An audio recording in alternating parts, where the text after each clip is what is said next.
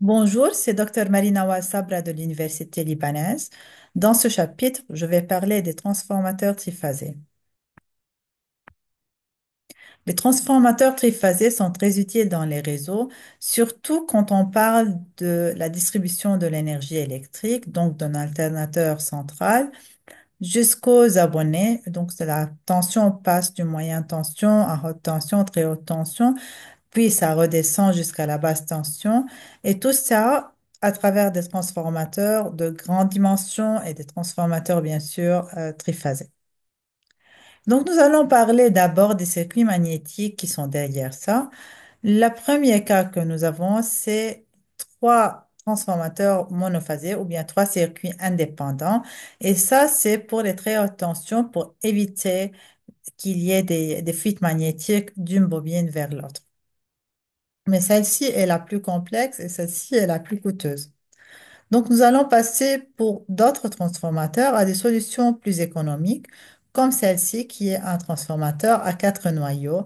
Ça ressemble énormément au circuit triphasé, qui est à trois lignes plus neutres. Et là aussi, pour les flux, nous avons trois noyaux pour le flux principal et un noyau pour le flux de retour dans le cas où on a un déséquilibre dans le courant qui va se transmettre dans un déséquilibre dans les flux.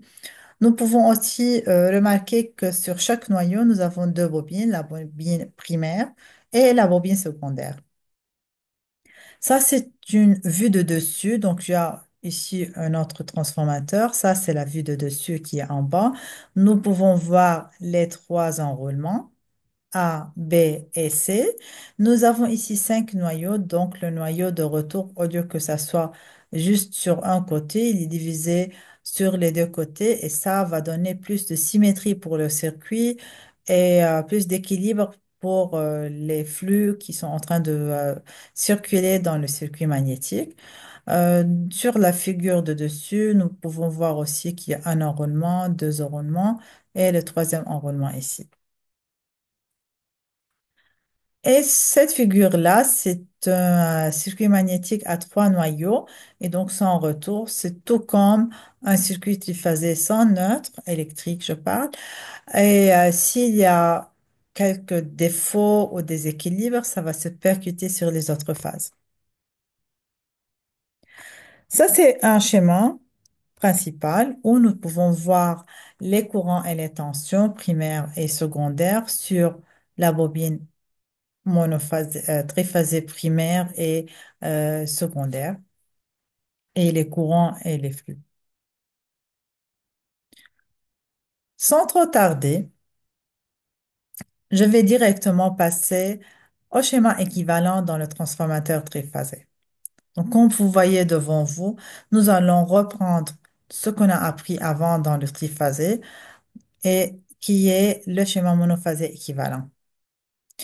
Et donc, pareil comme dans les circuits électriques, nous allons retrouver, si vous voulez, trois schémas monophasés qui se ressemblent puisque nous parlons toujours de quelque chose qui est équilibré et qui a le même schéma. Donc, je reviens au même schéma équivalent qui était dans le transformateur monophasé.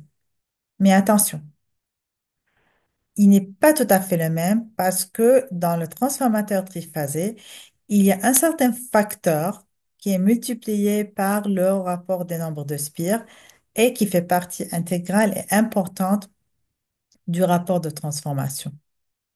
Et ça, c'est ce qu'on va étudier dans la suite.